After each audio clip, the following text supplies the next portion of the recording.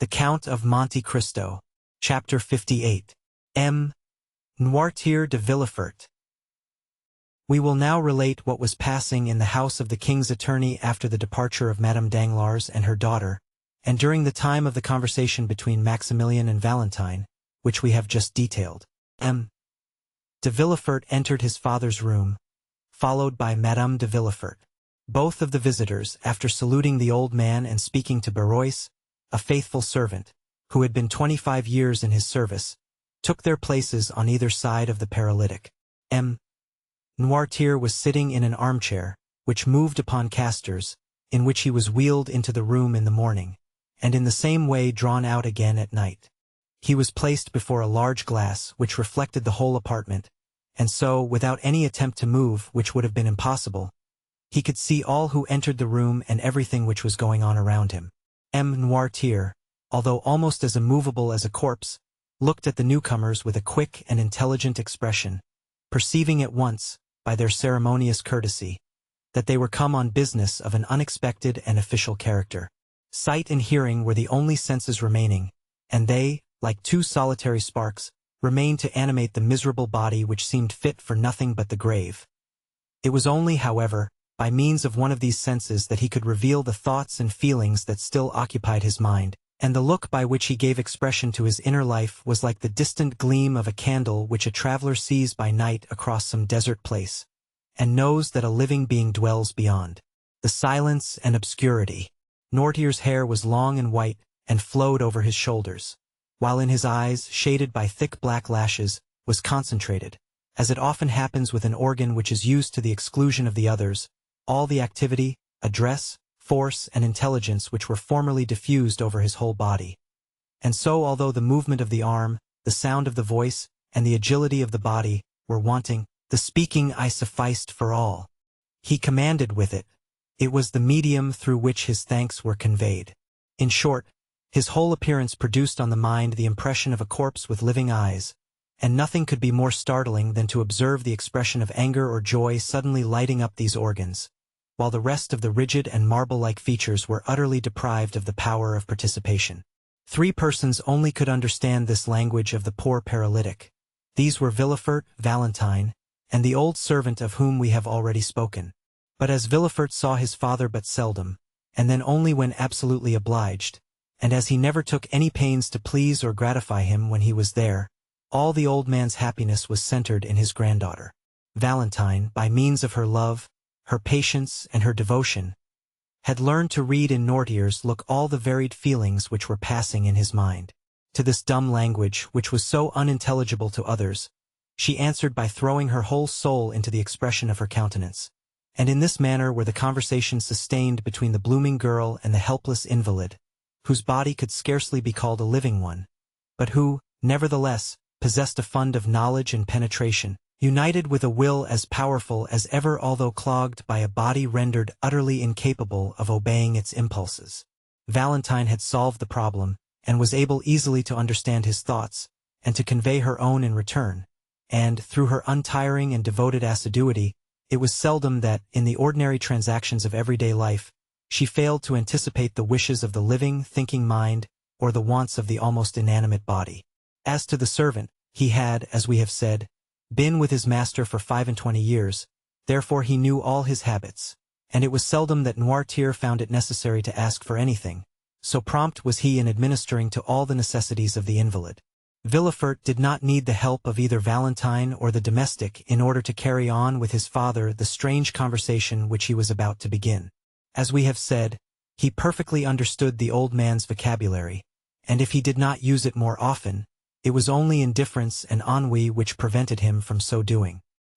He therefore allowed Valentine to go into the garden, sent away Barrois, and after having seated himself at his father's right hand, while Madame de Villefort placed herself on the left, he addressed him thus: "I trust you will not be displeased, sir, that Valentine has not come with us, or that I dismissed Barrois, for our conference will be one which could not with propriety be carried on in the presence of either.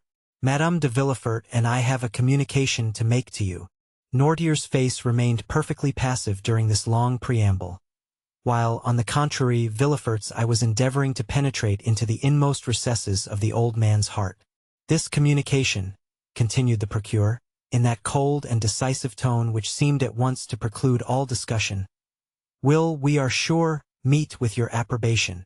The eye of the invalid still retained that vacancy of expression which prevented his son from obtaining any knowledge of the feelings which were passing in his mind. He listened, nothing more. "Sir," resumed Villefort, "we are thinking of marrying Valentine." Had the old man's face been molded in wax, it could not have shown less emotion at this news than was now to be traced there. "The marriage will take place in less than 3 months," said Villefort. Noirtier's eye still retained its inanimate expression. Madame de Villefort now took her part in the conversation and added, "We thought this news would possess an interest for you, sir, who have always entertained a great affection for Valentine. It therefore only now remains for us to tell you the name of the young man for whom she is destined. It is one of the most desirable connections which could possibly be formed. He possesses fortune, a high rank in society, and every personal qualification likely to render Valentine supremely happy. His name, moreover, cannot be wholly unknown to you. It is M. Franz de Canel, Baron d'Épinay." While his wife was speaking, Villefort had narrowly watched the old man's countenance. When Madame de Villefort pronounced the name of Franz, the pupil of M. Noirtier's eye began to dilate, and his eyelids trembled with the same movement that may be perceived on the lips of an individual about to speak, and he darted a lightning glance at Madame de Villefort and his son. The procureur, who knew the political hatred which had formerly existed between M. Noirtier and the elder d'Épinay, well understood the agitation and anger which the announcement had produced. But, feigning not to perceive either, he immediately resumed the narrative begun by his wife. "Sir," said he, "you are aware that Valentine is about to enter her 19th year, which renders it important that she should lose no time in forming a suitable alliance. Nevertheless, you have not been forgotten in our plans, and we have fully ascertained beforehand that Valentine's future husband will consent, not to live in this house, for that might not be pleasant for the young people, but that you should live with them, so that you and Valentine, who are so attached to each other, would not be separated, and you would be able to pursue exactly the same course of life which you have hitherto done, and thus, instead of losing, you will be a gainer by the change, as it will secure to you 2 children instead of 1, to watch over and comfort you." Noirtier's look was furious. It was very evident that something desperate was passing in the old man's mind, for a cry of anger and grief rose in his throat, and not being able to find vent in utterance, appeared almost to choke him, for his face and lips turned quite purple with the struggle. Villefort quietly opened a window, saying, "It is very warm, and the heat affects M. Noirtier." He then returned to his place, but did not sit down. "This marriage," added Madame de Villefort, "is quite agreeable to the wishes of M. d'Épinay and his family. Besides, he had no relations nearer than an uncle and aunt, his mother having died at his birth, and his father having been assassinated in 1815, that is to say, when he was but 2 years old. It naturally followed that the child was permitted to choose his own pursuits, and he has, therefore, seldom acknowledged any other authority but that of his own will." "That assassination was a mysterious affair," said Villefort, "and the perpetrators have hitherto escaped detection, although suspicion has fallen on the head of more than one person." Noirtier made such an effort that his lips expanded into a smile.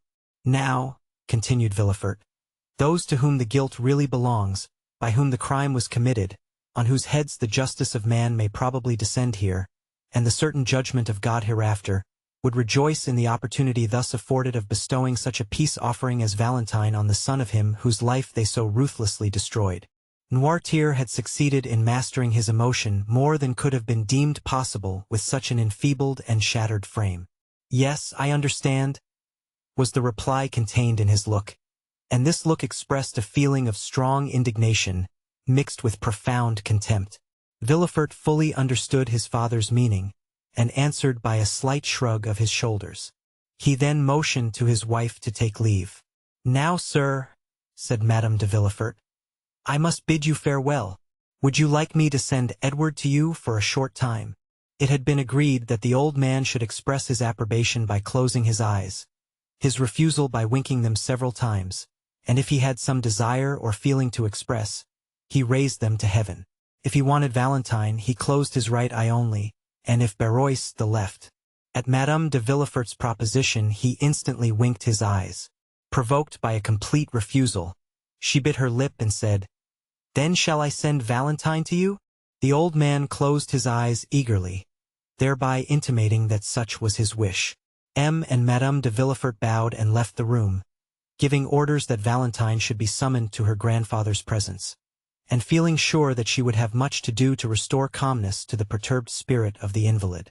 Valentine, with a color still heightened by emotion, entered the room just after her parents had quitted it.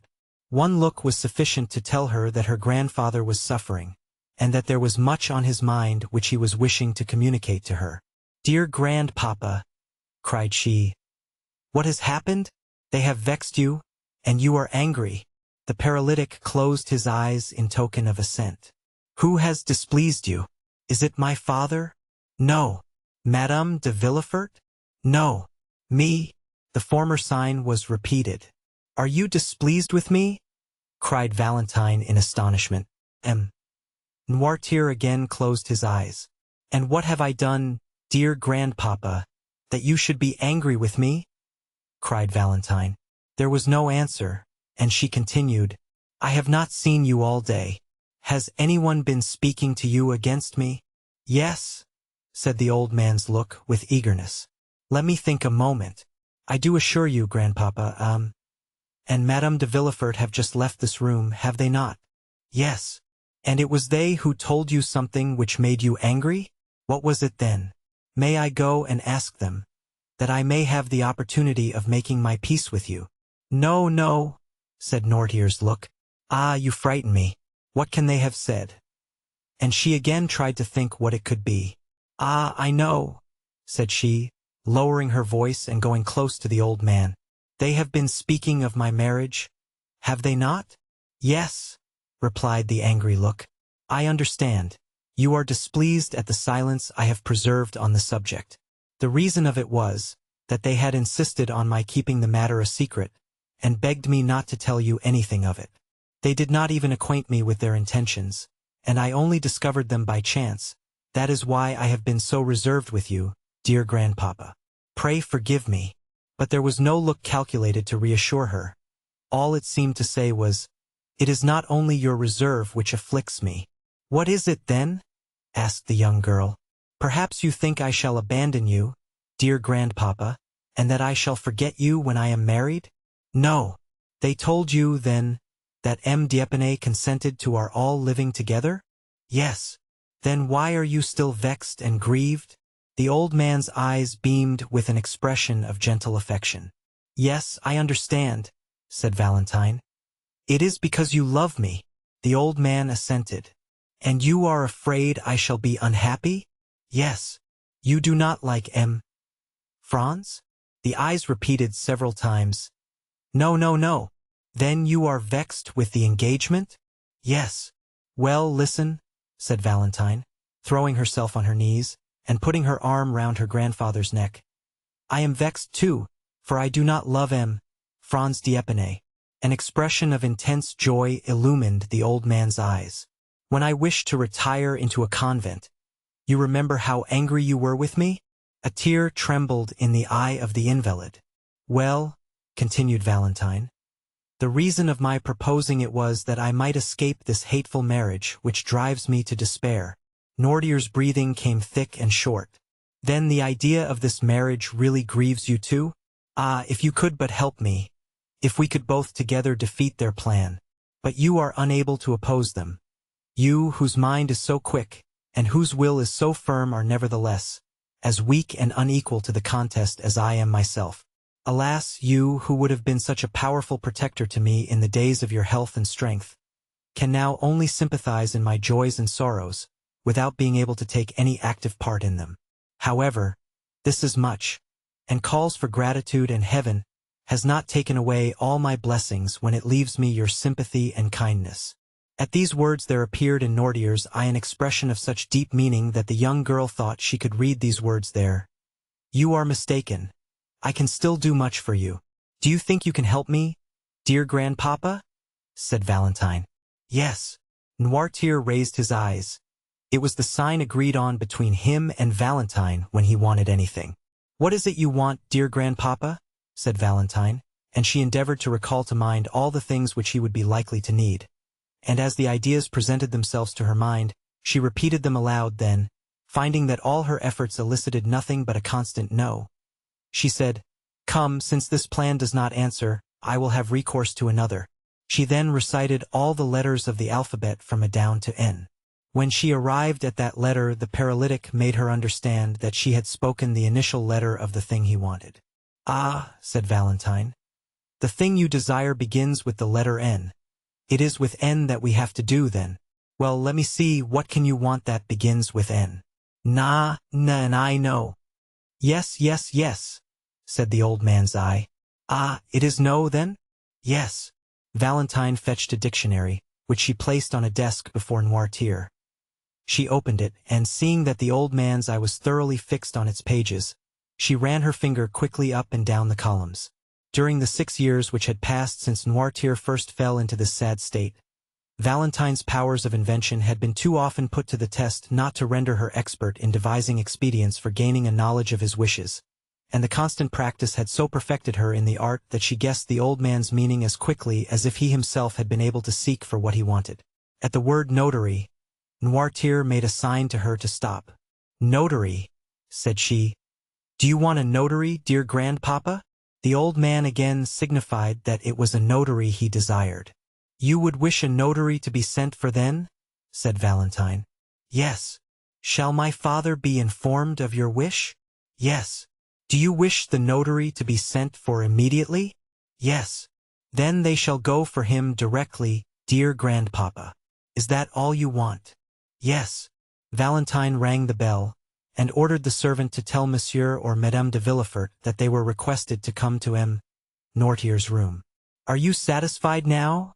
inquired Valentine. "Yes, I am sure you are.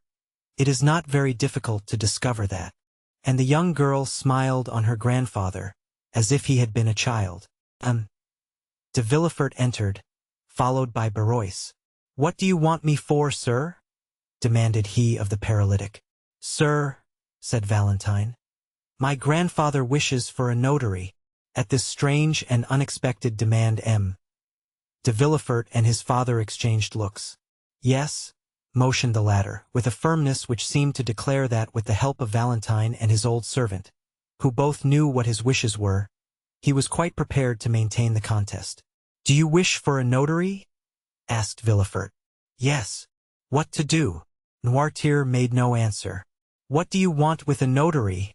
again repeated Villefort. The invalid's eye remained fixed, by which expression he intended to intimate that his resolution was unalterable.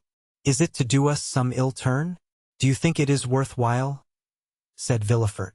"Still," said Barrois, with the freedom and fidelity of an old servant, "if M. Noirtier asks for a notary, I suppose he really wishes for a notary. Therefore I shall go at once and fetch one." Barrois acknowledged no master but Noirtier, and never allowed his desires in any way to be contradicted. "Yes, I do want a notary," motioned the old man, shutting his eyes with a look of defiance which seemed to say, "And I should like to see the person who dares to refuse my request." "You shall have a notary, as you absolutely wish for one, sir," said Villefort. "But I shall explain to him your state of health and make excuses for you, for the scene cannot fail of being a most ridiculous one." "Never mind that," said Barrois. "I shall go and fetch a notary nevertheless." And the old servant departed triumphantly on his mission.